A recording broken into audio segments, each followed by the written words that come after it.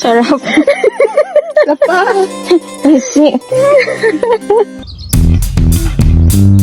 Buti na lang, hindi ko sinabing mamaya na lang or bukas na lang when I had the chance to see Sakura. Nako, baka na-miss ko pa ang Sakura moment na to. Gaya ng nakikita nyo, cherry blossoms bloom in soft shades of pink. Spring season.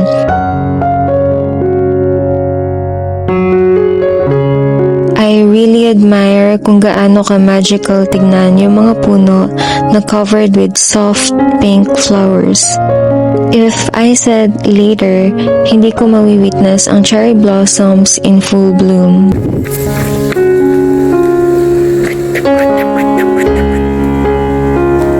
Next time, saka na, mamaya na, habang tahimik na lumilipas ang spring. We delay things by telling ourselves na saka na lang kapag mas motivated, mas free, o kapag perfect na ang lahat.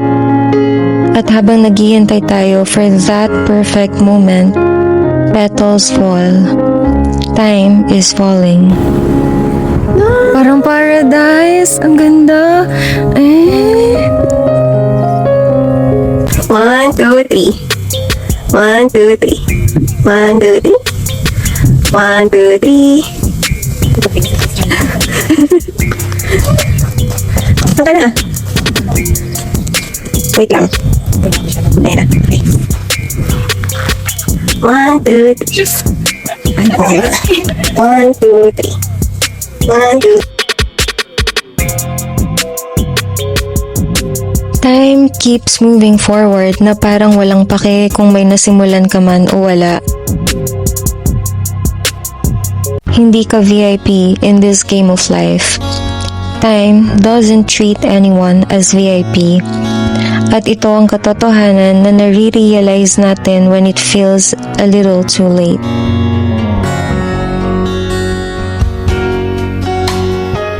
The more we delay, ang pagkakataon ay unti-unting lumilipas. Like Sakura, life's chances don't stay in full bloom forever. May mga opportunities, motivation, at kahit lakas ng loob na dumarating lang sa tamang panahon.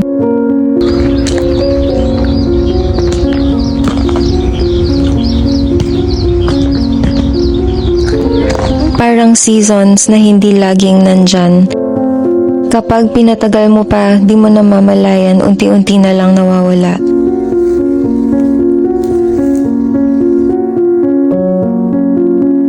At pagdating ng moment na feeling mo ready ka na, lumipas na yung pagkakataon. Kinuha na ng iba.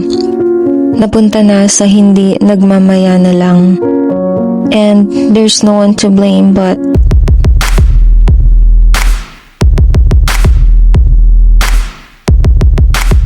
ang tanging natira na lang ay sana. Sana itinuloy ko. Sana ginawa ko.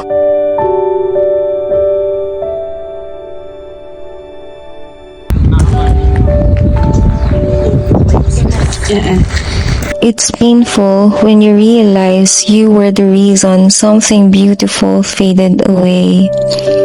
You weren't there. You missed the moment.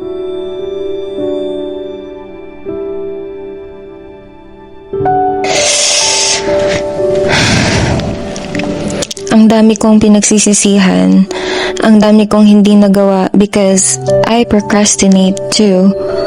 Paulit-ulit hanggang sa naging habit. Mga oras na nasayang, hindi ko na maibabalik. Punta doon. Wait lang, B.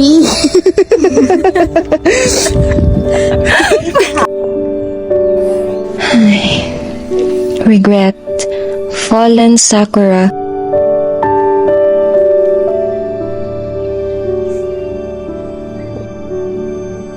Fallen Sakura, reminding us na nagbabago na pala lahat sa paligid mo habang nagdadalawang isip ka pa din. Lumipas na pala ang pinakamagandang timing.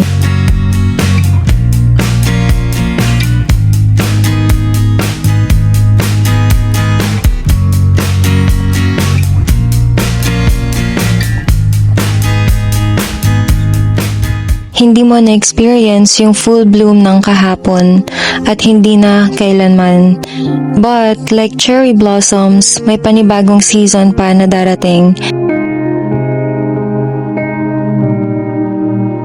It will bloom again. Hindi sa parehong oras, hindi sa parehong petals. Iba na ang timing, iba na ang anyo. But still a chance.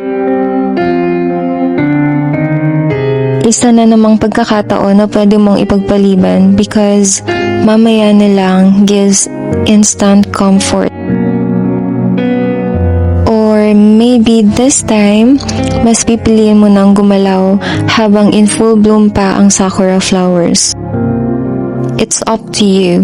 Ikaw pa rin ang pipili dahil ikaw yung kailangang kumilos para sa sarili mo.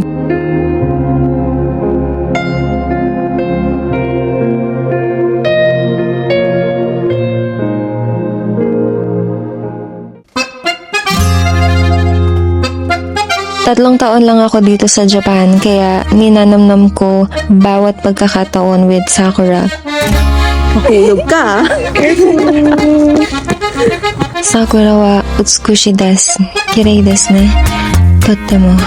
1, 2, 3. Yung petals sobrang gaan at sobrang bilis lang malagas. And maybe that's why it feels so emotional dahil alam mong hindi siya magtatagal. Don't be mad at me. This is not for me. It's from Benjamin Franklin. You may delay, but time will not. Tulad ng Sakura, time doesn't wait for us.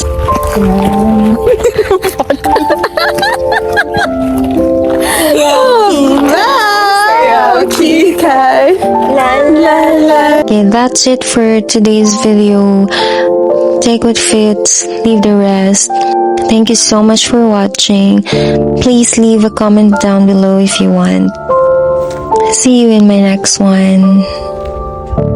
Goodbye, Sakura. Anata wa kirei desu ne. Totemo.